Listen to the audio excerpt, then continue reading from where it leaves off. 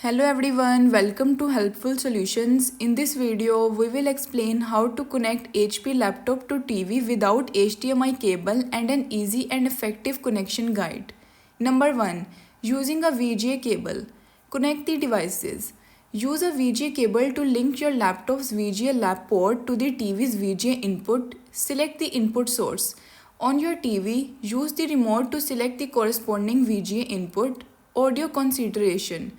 VGA transmit video only. Connect a 3.5mm audio cable from your laptop's headphone jack to the TV's audio input for sound. Number 2.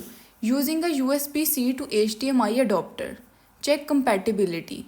Ensure your laptop has a USB-C port with DisplayPort or Thunderbolt port. Connect the adapter. Plug a USB-C to HDMI adapter into your laptop's USB-C port. Connect to TV. Use an HDMI cable to connect the adapter to the TV. Number 3. Wireless connection via Miracast. Enable Miracast on TV. Ensure your TV supports Miracast and is enabled.